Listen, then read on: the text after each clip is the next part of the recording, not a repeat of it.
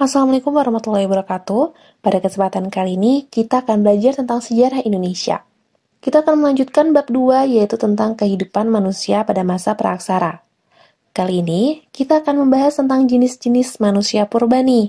Nah, anak-anak, ternyata manusia purba ini memiliki ciri-ciri fisik yang berbeda loh. Dari mana ya kita tahu bahwa mereka ini memiliki ciri fisik yang berbeda? Tentu saja dari fosil-fosil manusia purba itu yang ditemukan di berbagai tempat. Indonesia merupakan salah satu tempat penemuan dari manusia purbanya itu sendiri loh. Beberapa wilayah diperkirakan menjadi tempat hunian manusia purba. Mari kita uraikan dalam pembahasan berikut ini. Lokasi yang pertama di daerah Sangiran.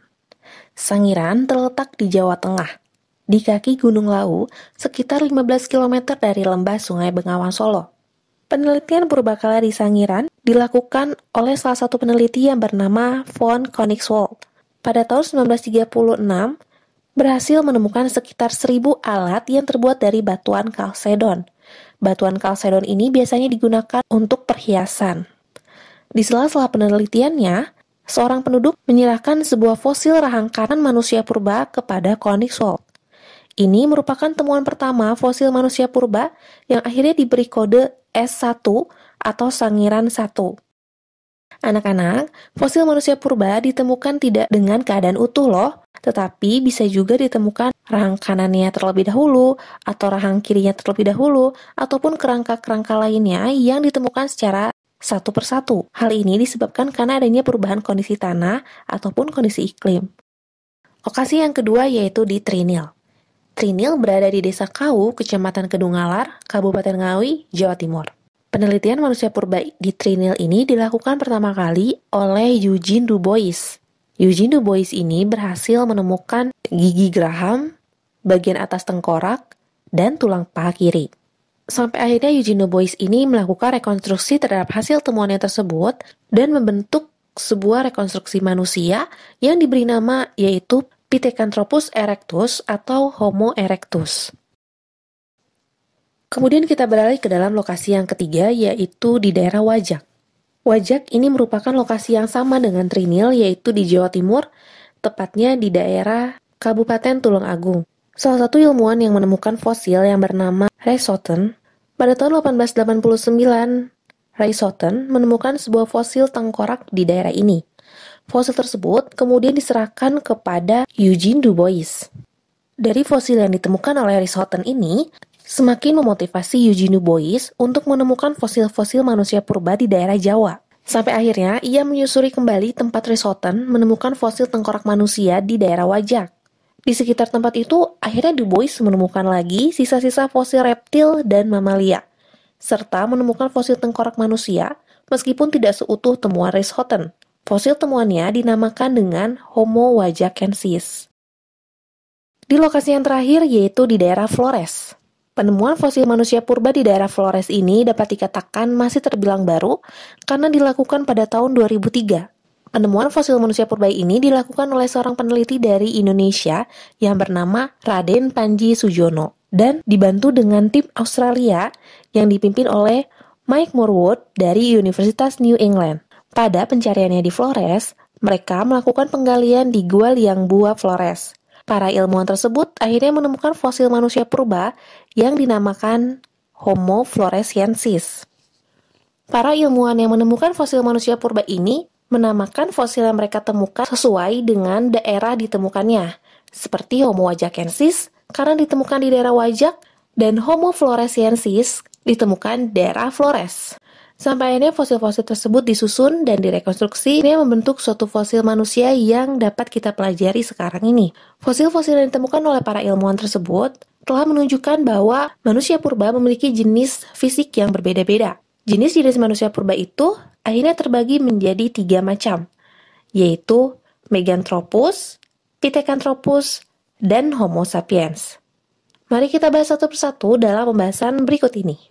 Meganthropus paleojavanicus. Meganthropus merupakan salah satu fosil manusia tertua yang pertama kali ditemukan oleh von Koenigswald pada tahun 1941 di lokasi Sangiran.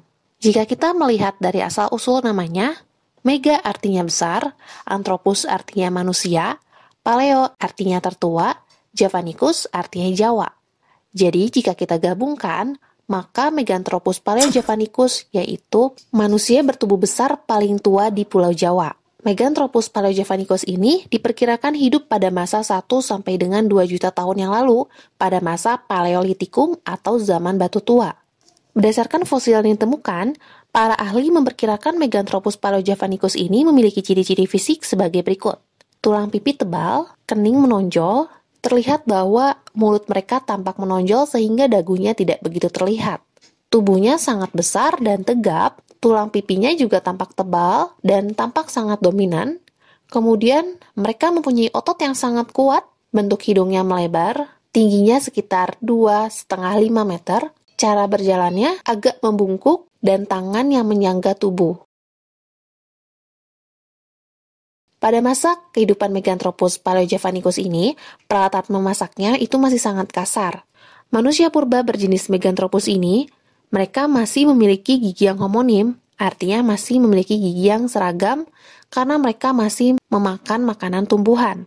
Kehidupannya nomaden, jadi bisa dikatakan bahwa Meganthropus paleojavanicus ini merupakan manusia purba tertua yang pada saat itu hidup di zaman batu tua, yang semua peralatannya itu belum dihaluskan.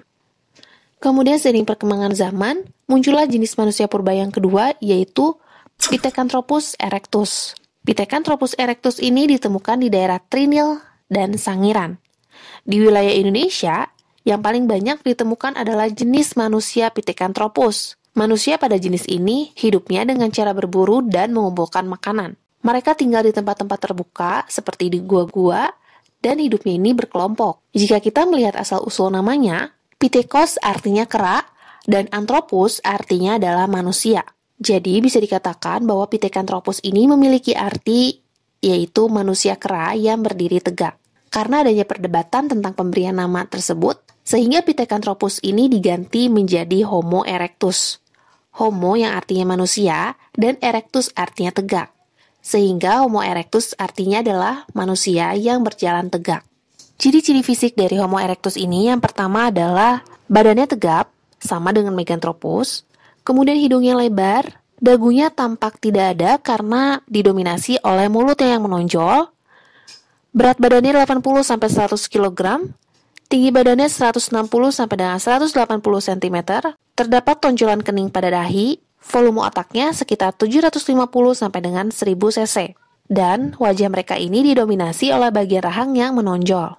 Cara hidup Pithecanthropus erectus ini hampir sama dengan Meganthropus, di mana mereka masih tergantung dengan alam dan masih melakukan sistem nomaden atau berpindah-pindah tempat tinggal. Dengan sistem tersebut, mereka hidup dipenuhi dengan melakukan pemburuan dan juga mengumpulkan makanan yang ditemuinya.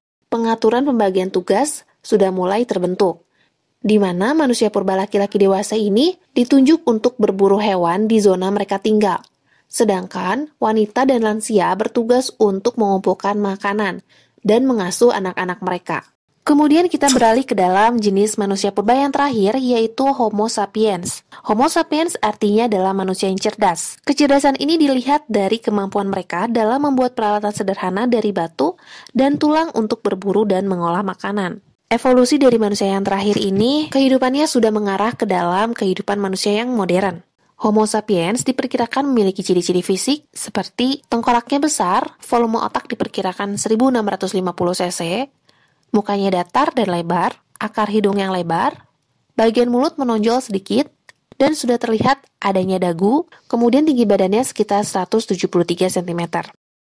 Adapun jenis Homo sapiens yang ditemukan di berbagai daerah, seperti di Wajak, Solo, dan Flores.